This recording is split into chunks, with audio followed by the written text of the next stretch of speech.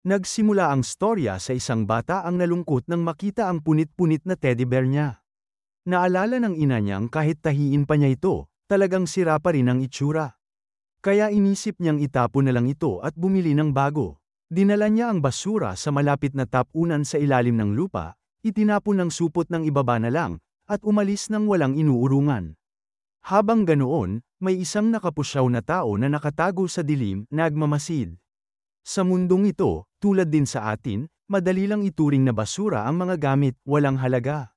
Marumi, at kadalasan, ganoon din ang pagtingin sa ibang tao. Matapos ang eksena, bumaba rin ang nakapusyaw na tao sa ilalim, sa puok na pinoproseso ang lahat ng basura ng lungsod. Bigla siyang naabutan ng isang gwardya na agad nagtaas ng baril. Kilala ang estranghero rito bilang magnanakaw ng basura, ang kontrabida na nagnanakaw umano ng basura at nagbabanta sa malinis na imahe ng lungsod. Pinindot ng gwardya ang alarm, kaya dumating ang 2 sundalong armado bilang tulong. Naghagis ng supot-supot na basura ang magnanakaw sa kanila, panandaliang depensa para makalayo. Pero nagkaunti ang kaluwagan dahil nagkalaro rin ng iba't ibang gwardya at nagsimula ng magpaputukan.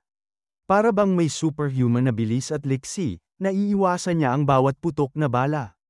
Lumilikot, tumatalon, nag-roll, gamulo ang paligid ngunit hindi siya natitigil.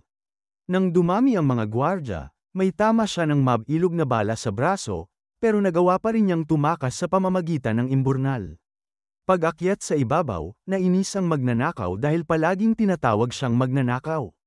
Hindi niya nakikita ang sarili niya bilang ganoon. Kinabukasan sa plaza ng bayan, nag-uusap ang 2 babae tungkol sa balitang muling kumilos ang dump thief kagabi. Isang babae, seryoso ang mukha, at sinabing tiyak na tribal yun. Pinakurot naman ng isa ang kasama ng mamatay mata ang isang tribal na lalaki na nakikinig sa gilid. Pag-alis ng lalaki, nagpatuloy ang usapan, ayaw nilang pumasok ang ganoong uri ng tao sa kanilang bahagi ng bayan. Naglakad ang lalaki, si Reto, sa maganda at marangyang bahagi ng lungsod hanggang sa napunta siya sa barong-barong na tagpuan niya. Itinatag ang pader na naghihiwalay sa mga may kaya at sa mahirap, hindi mo mapapalampas. Sa slum, marumi at masangsang ang daan. Lahat nakikinig tungkol sa dump thief, natatakot na baka bamigat ang pagmamatang makapal ang usapan, lalo't sa kanila yon. Si Rudo, abala sa pag-aayos ng napulot na gamit sa basura, ay sinaway ng kaibigang si Chiwa. Muli siyang nahuhumaling sa kondisyon kung saan siya walang alam. Hindi maligaya sa maling kwento ang anumang tao kung mahuhuli siya, napapahiyang iyak matindi, dahil kilala ang lungsod sa mahigpit nitong patakaran laban sa basura. Naiinis si Chiwa, halos masira ang loob niya nang tanungin kung bakit patuloy siyang nabibiktima. Sabi ni Rudo, binabato lang yung basura ng mayayaman parang walang pakialam.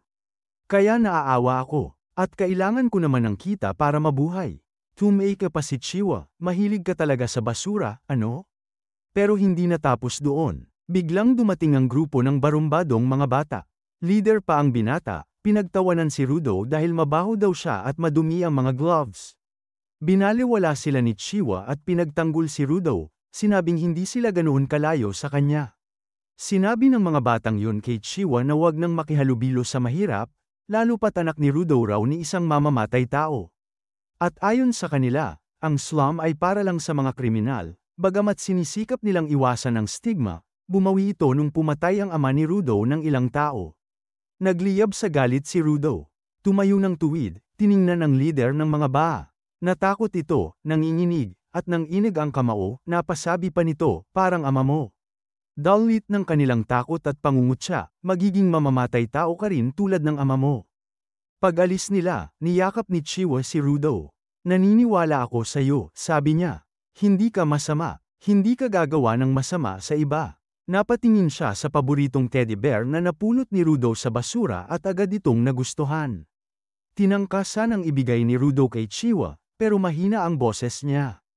Patulak na siyang pinatawag ng ina ni Chiwa. Bago sila umalis, pinaalalahanan muli ni Mama na lumayo kay Rudo. Ngunit napagod si Chiwa sa takot na iwiyang sabihin ang totoong gusto niyang sabihin. Uwi si Rudo sa madilim na bahay sa slum. Nakahulog ang mga mata niya sa lupa. Dito niya sinalubong si Reto, ang tribal na lalaki sa plaza na pinahiya dahil sa mga babae. Pinagtatawanan si Rudo ng pangungusap ni Reto tungkol sa hindi niya naipasa kay Chiwa ang larwang bear, gayon pala ay nakita rito ang ginawa niya. Nagpatawa muna si Reto, sinasabing dapat mas direkta na siya. Tapos tinanong kung alin nangyari kagabi sa top-una ng basura. Binabala siya ng dating amang si Reto, tila marami na siyang sinasangyan ng panganib para sa pera lang, mukhang masyado. Tumanggi si Rudo, hindi ako nahuli noon. Tumugon si Reto, bilog pa rin ang mundo. Malapit ka nang mamatay doon. Ako ang nag-alaga sa'yo nang walang mag-alaga nung sanggol ka. Nakaantig ito kay Rudo, napaisip siya. Nang napahiwalay na saglit, sinabi ni Reto na kung matapat si Rudo kay Chiwa gaya ng pagiging tapat niya sa lahat ng tao, sigurado siyang matutuwa ang dalaga. Nang marinig ito, muntik nang mahulog ang sulo kay Rudo, natagpuan rin ni Reto ang gasgas ng bala sa braso niya. Napapangiti si Reto kahit seryoso. Dinalangin niya kay Rudo na huwag na raw bumalik sa top-unan, dahil baka mapilitan siyang ihulog sa imburnal at wakasan sa hukuman pa rin. Mahina ang tangkang pagtanggi ni Rudo, kanya-kanyang labi, mas madalas na yun kaysa sa mga peksayon na iniwan ng ama ko. Nang mapagsariling isip, nagsimulang lumuhad ang kukumbento sa kasinungalingan. Nagsalita si Reto sa malalim, sa lungsod na ito, epektibo ang patakaran, para sa matinding kasalanan, hatol kamatayan agad. Bumabagsak ang iba pa sa imburnal. Iyon daw ang nangyari sa ama ni Rudo. Tinuro ni Reto sa pulang gabi, dapat mag-ingat ka ng sobra. Inaral ng mga mata ni Rudo ang mga gloves na itim at amoy pagod na gamit, ito ang nang-iwas sa matinding sakit ng braso't diwa niya. Dito nagsimula ang pakikipag-utang niya kay Reto. Puso ni Reto, ginamit ang katahimikan bago tuluyang bamulong. Kung gusto mo mabigani si Chiwa, mabilis mo siyang ligawan. Ibigay mo siya sa kanya. At baka tsaka, kunin mo rin ang unang halik, sa princess. Naaliw si Rudo, nagkaroon siya ng lakas ng loob. Pero tila hindi magawang ngumiti, kaya minura at pinalaki ang dating galit. Lumabas sila sa bahay, natabunan ng usok sa paligid, at si Reto ay tinulungan siyang pilitin ang unang ngiti. Kahit pagkukunwari lang, wika niya, basta yan ang simula para maging matalik kayo ni Chiwa.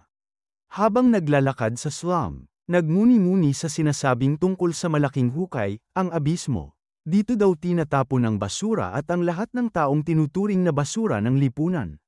Dito rin di umano, itinatapon ang kriminal, tulad ng ama ni Rudo. Habang malayang namumulot ng basura, napadaan si Rudo sa isang madilim na sulok. Nakita niya kung paano hinatol ang isang pasaway, ipinagsisigawan sila ng mga tao na sa abismo kasama ang dumi. Pinutol niya ang sandali nang biglang sumulpot si Chiwa, kaya umalimbukay siya.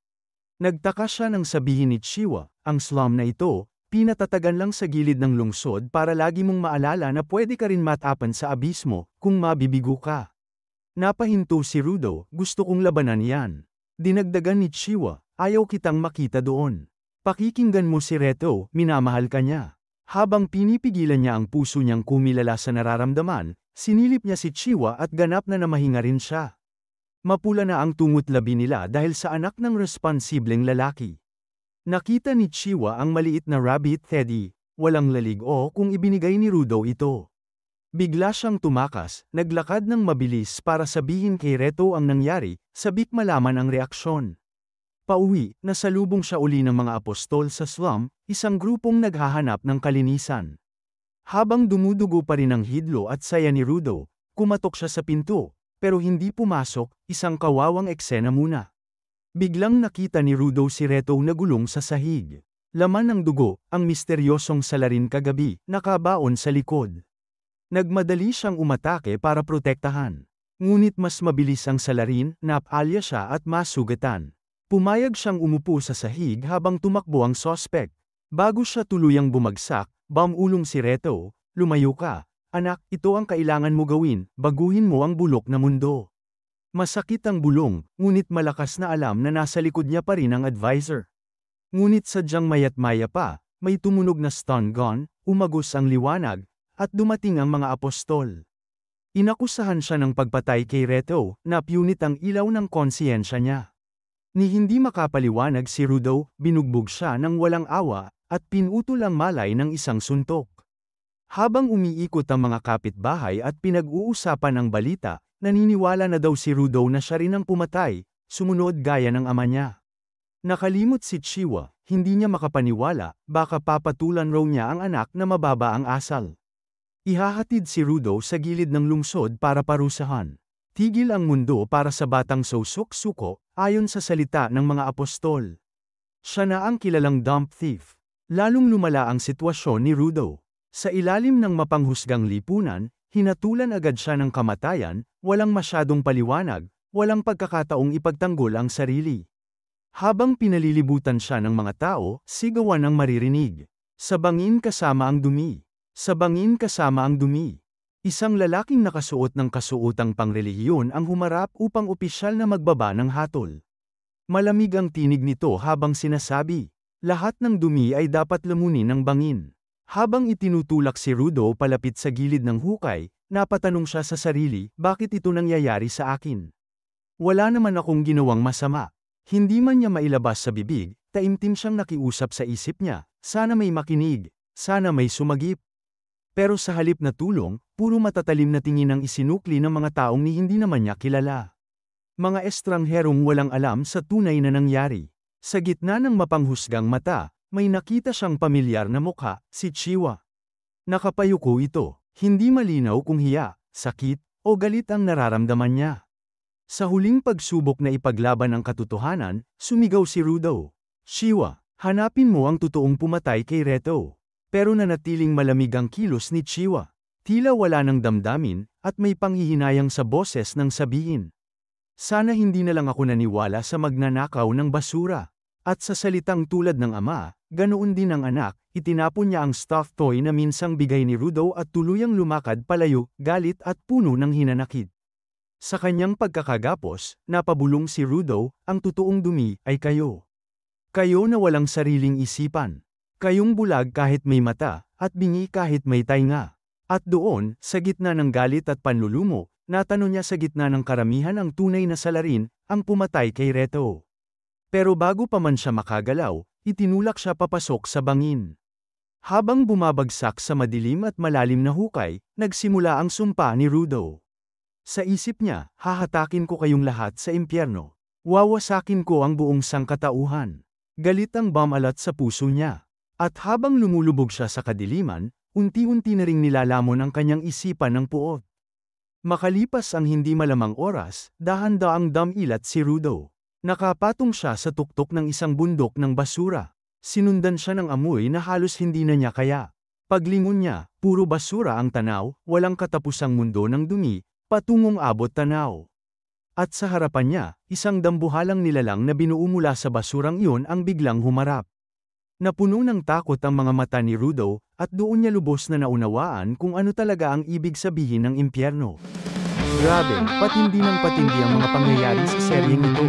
Kaya't mag-subscribe ka na at mag-like at share para sa marami pang high-quality recaps na kagaya nito. Kita-kits sa susunod, mga ka-recap.